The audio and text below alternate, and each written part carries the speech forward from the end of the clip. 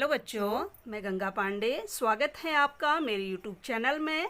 आज के वीडियो में मैं आपके लिए लेकर आई हूँ क्लास 12th पॉलिटिकल साइंस का एक टॉपिक जिसका नाम है सोवियत संघ के विघटन के परिणाम। यानी जब सोवियत संघ टूट गया था, बिखर गया था, तो उसके दुनिया में क्या परिणाम हुए। इसी को इंग्लिश में कहते हैं the consequences of the collapse of the Soviet union. तो अगर दुनिया की राजनीति के हिसाब से देखें तो सोवियत संघ के विघटन के बहुत ही गंभीर परिणाम रहे, जिसका विवरण हम नीचे के पॉइंट्स में करेंगे। तो सोवियत संघ के विघटन का जो पहला परिणाम रहा वो ये रहा कि शीत युद्ध के दौर की समाप्ति। अब देखिए, शीत युद्ध किसके बीच चल रहा था? यूएसए यानी अमेरिका और यूएसएसए यानी सोवियत संघ। अब शीत युद्ध दो महाशक्तियों के बीच चल रहा था, लेकिन 1991 में एक महाशक्ति क्या होगी? टूट गई, विघटन हो गया उसका। तो जब दूसरी महाशक्ति रही नहीं तो शीत युद्ध भी समाप्त हो गया। और इसका जो दूसरा बड़ा परिणाम रहा वो रहा दूसरी दुनिया का पतन। अब ये दूसरी दुनिया क्या है? दूसरे विश्व युद्ध के बाद जो पूर्वी यूरोप के देश सोवियत संघ के नियंत्रण में आ गए थे, उसी को दूसरी दुनिया के देश कहते हैं। तो अब सोवियत संघ ही नहीं रहा, तो सोवियत संघ टूट गया तो दूसरी दुनिया का भी क्या हो गया? पतन हो गया। अब देखिए, विश्व की राजनीति में इसका सबसे बड़ा परिणाम क्या हुआ? देखिए, अब विश्व में केवल अमेरिका ही क्या रह गया?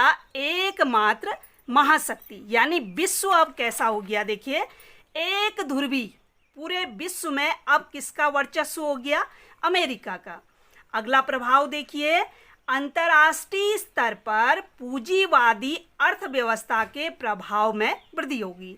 अब देखिए, दो महाशक्तियां थी, उनमें से सोवियत संघ जो महाशक्ति थी उसका विघटन हो गया। इसकी जो अर्थव्यवस्था थी वो समाजवादी थी। अब पूरी दुनिया में किसका प्रभाव है? पूंजीवादी विचारधारा का, पूंजीवादी अर्थव्यवस्था का।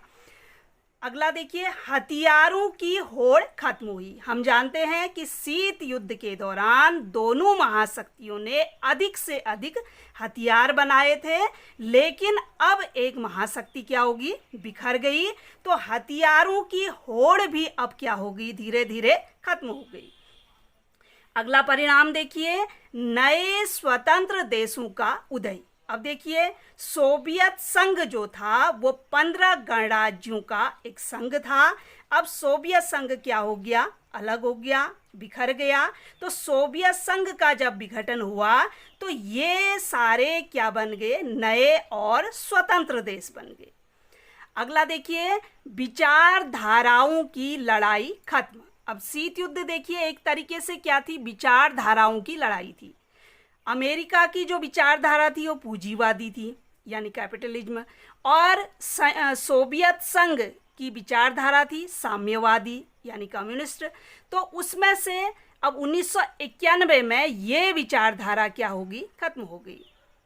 तो अब ये विचारधाराओं की लड़ाई भी क्या होगी? खत्म हो गई। अगला प्रभाव देखिए, दुनिया में क्या हुआ? खनिज तेल भंडारों पर अमेरिकी प्रभाव का बढ़ना। जैसा कि मैंने पहले भी बता दिया कि पूरी दुनिया में अब किसका प्रभाव बढ़ रहा है? अमेरिका का प्रभाव बढ़ रहा है। तो अमेरिका ने क्या किया? जो मध्य पूर्व में जो तेल के भंडार थे उन पर अपना प्रभुत्व स्थापित कर लिया। अगला देखिए, सोवियत संघ का उत्तराधिकारी कौन बना? सोवियत संघ जब टूट गया उसका उत्तराधिकारी रूस बना। और रूस के पहले राष्ट्रपति ने, जिनका नाम बोरिस येल्त्सिन था, इन्होंने रूस का क्या किया? नेतृत्व किया। सोवियत संघ के पतन के बाद जो लैटिन अमेरिका के देश थे, इन देशों में जो वामपंथी आंदोलन चल रहे थे वो भी क्या हो गए? समाप्त हो गए। और इन देशों पर भी किसका नियंत्रण हो गया? अमेरिका। अब वामपंथी क्या है? देखिए, वामपंथी एक विचारधारा है। उस विचारधारा में जो गरीब और पिछड़े लोग होते हैं उनके विकास पर ध्यान देने की बात कही जाती है, उनको आगे लाने की बात कही जाती है। तो ये विचारधारा भी अब क्या हो रही है, समाप्त हो रही है। अब देखिए, गुट निरपेक्ष आंदोलन की प्रासंगिकता पर प्रश्न चिन्ह लग गया। क्यों लगा? देखिए, गुट निरपेक्ष आंदोलन का उदय ही कब हुआ था? शीत युद्ध के दौरान हुआ था। जब शीत युद्ध के दौरान दुनिया दो गुटों में बंट गई थी, तो गुट निरपेक्ष आंदोलन के जो समर्थक नेता थे, इन्होंने अपना अलग से गुट बना लिया था। तो जब एक महाशक्ति ही नहीं रही, एक गुट ही नहीं रहा, तो ये गुट निरपेक्ष आंदोलन की क्या प्रासंगिकता रह गई?